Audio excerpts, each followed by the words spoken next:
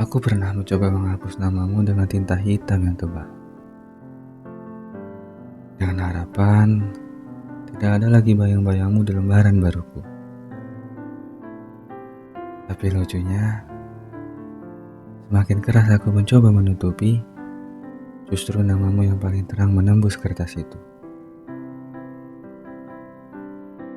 Ternyata menghapusmu dari ingatan bukan cara untuk berdamai dengan kesalahanku sendiri.